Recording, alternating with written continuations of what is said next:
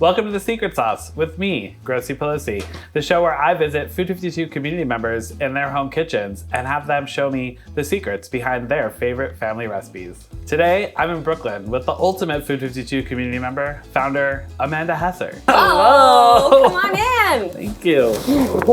So good to see you. You too, I'm so glad to be here. What are we making today? Well, we are going to be making Almond Biscotti, which is a recipe from the Atlantic Monthly. It was written about by Corby Kummer, longtime columnist. And also we are joined today by our construction crew upstairs. Amazing. As you may have heard. We'll have to bring them some cookies. Yes, we might have to. Yeah, I think we might have to. Okay, let's do it. Ready? All right, I'm ready. Now you have to put me to work. I am going to do that. Sometimes it's hard in your own kitchen to let go of control. Not for Not me. for you. Not Great.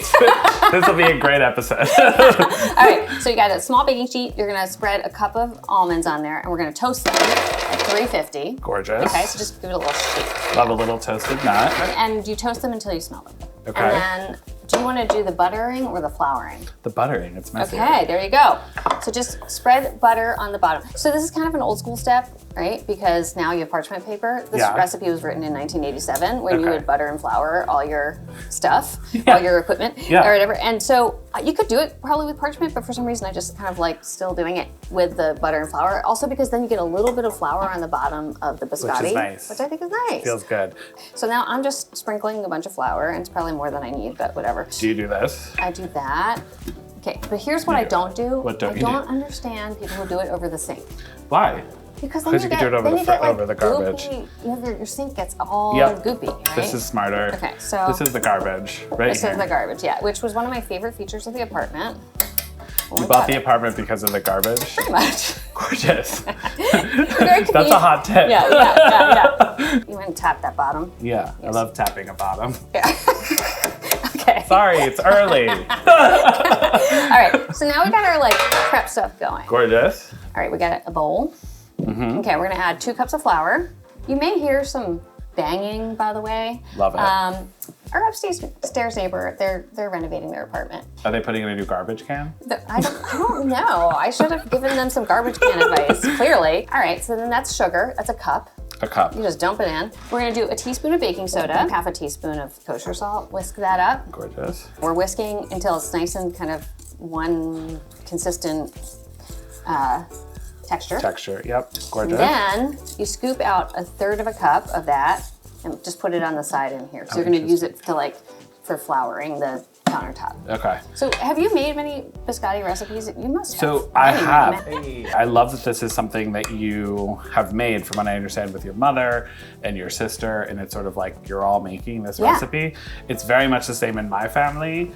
When I was a kid, we would sit around the table, and my aunt and my mom and my grandmother, they would all eat biscotti with coffee or espresso after dinner. So biscotti, to me, is sort of this moment of sisterhood within my family. Yeah. And so I feel like it's the same thing as well with you. So tell me a little bit more about when your family would make this. So this recipe came out in the Atlantic, in the Atlantic magazine in 1987. I think we didn't actually find it maybe until the 90s. We were not subscribers of the Atlantic, so I have no idea how we got it. Somehow it made its way into the pile of magazines. And the thing that's also amazing about this recipe is that it's written just in the story. There's no ingredient list. It's in the paragraph. So you have to we had to pull it out. We used to make this so often that we thought about, my sister and my mom and I thought about starting a business. That would have been great. We were gonna make the dough and because you have to bake it twice and sell it frozen before the first baking. Yeah. Because you kind of bake it in these logs. Do you slice it?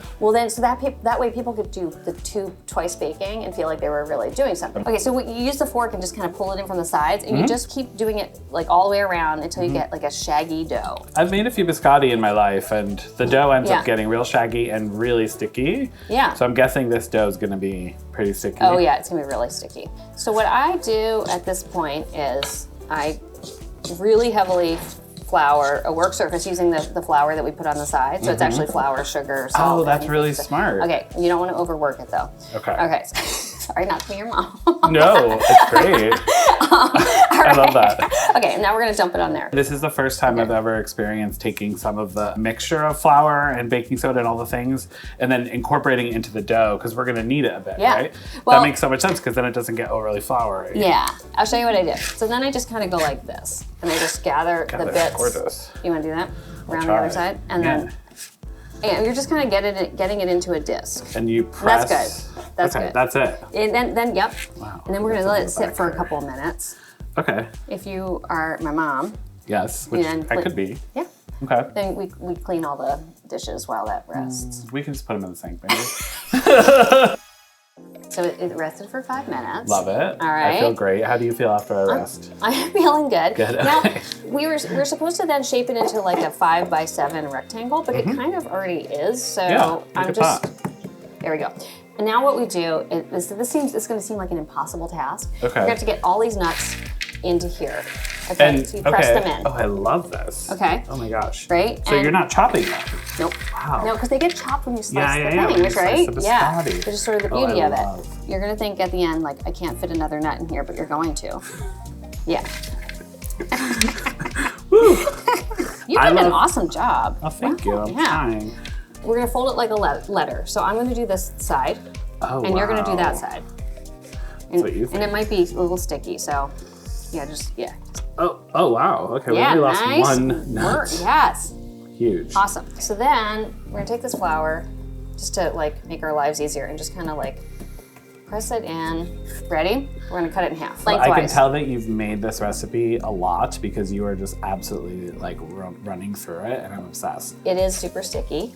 So what I do is I just kind of load on the. And you literally, it says to roll it into a log in the recipe, but you just kind of like, log-esque. You're basically just trying to get it like that. Yeah. And then you go like this. Whoop. Whoa. Okay. And then I use, you want to stretch it out a little bit. So it's pretty malleable. Yeah. And if there's any like big cracks, you can repair them. But you kind of want it to be that sort of shape. Whoop! Whoa! Yeah. Oh, wow. Okay, nice That's job. some sort of beef I have. And then we stick it in the oven for 45 minutes. Nice. That's the first baking. I like to just give it a little loosening with a really thin, flexible spatula.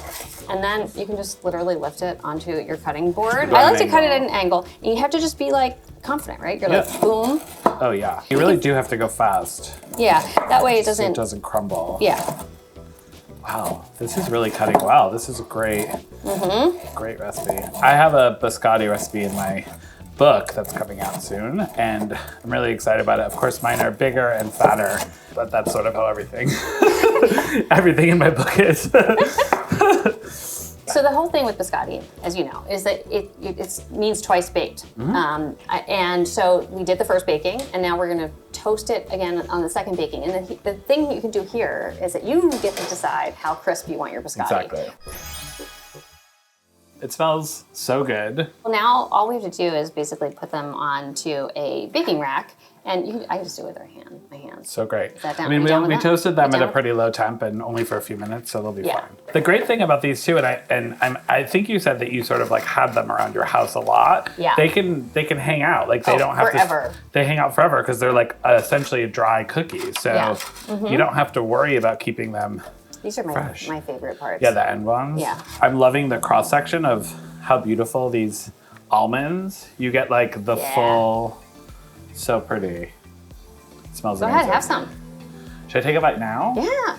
Okay. All right, let's do it.